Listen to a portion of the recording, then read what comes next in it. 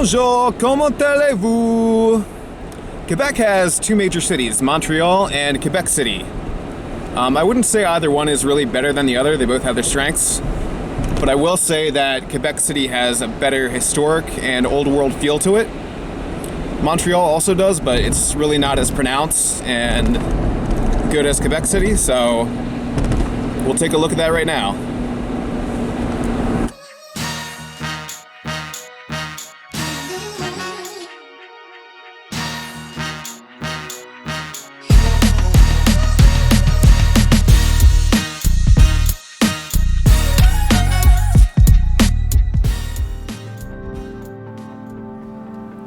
Quebec City is one of the oldest cities in North America.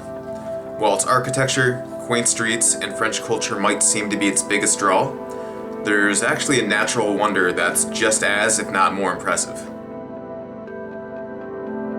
Montmorency Falls isn't the biggest waterfall in North America, but it's pretty dang big and the views are fantastic.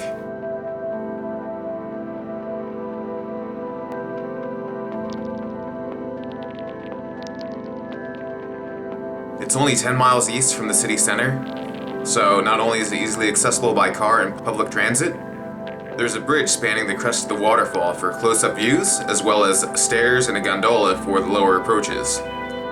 The gondola easily connects you to each visitor center, and the stairs allow for a small hike. The gondola costs extra on top of the $12 parking fee if you drive in by car, but walking or bicycling onto the site from outside the park boundary is free of charge.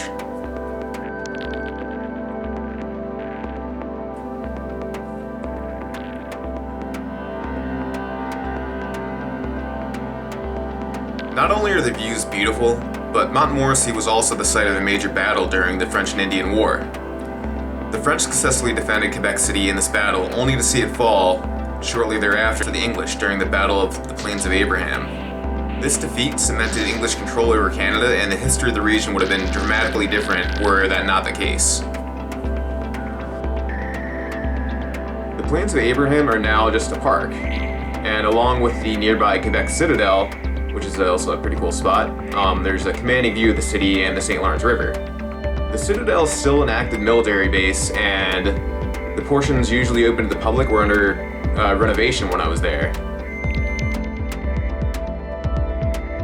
My favorite thing about this park was a statue of one of France's most fabled, iconic historic figures, Joan of Arc. Take a mental note of that and remember this because we're going to be seeing a connection to it later on in the series.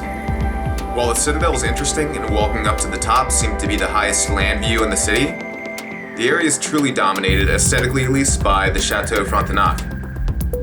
Built in 1893, this hotel is easily the most prominent and recognizable structure in Quebec City, with its pitched roofs, towers, and turrets.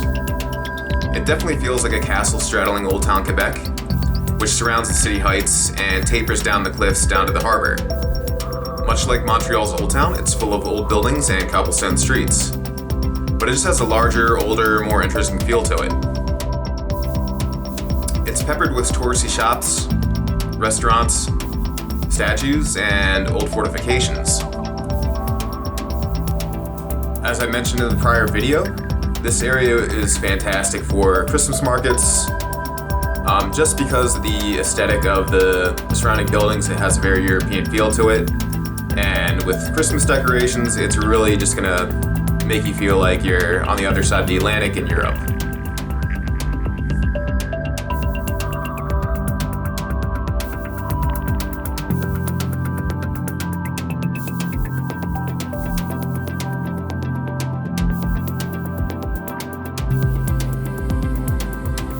Well, the Old Town doesn't actually seem to touch the water, as there's a major street separating it from the cruise ship and other maritime infrastructures. Being so close, and the stonework still gives it that old-timey harbor feel to it.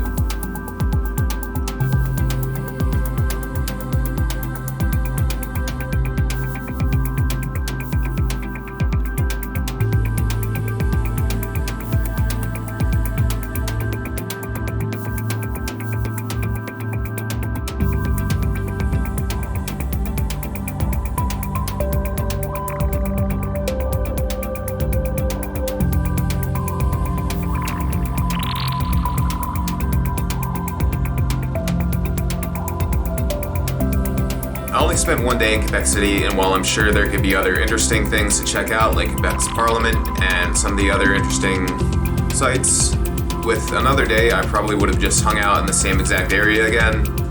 Aside from the bone-chilling temperatures on a windy fall day, this was one of those places that you just kind of want to stroll around and soak in.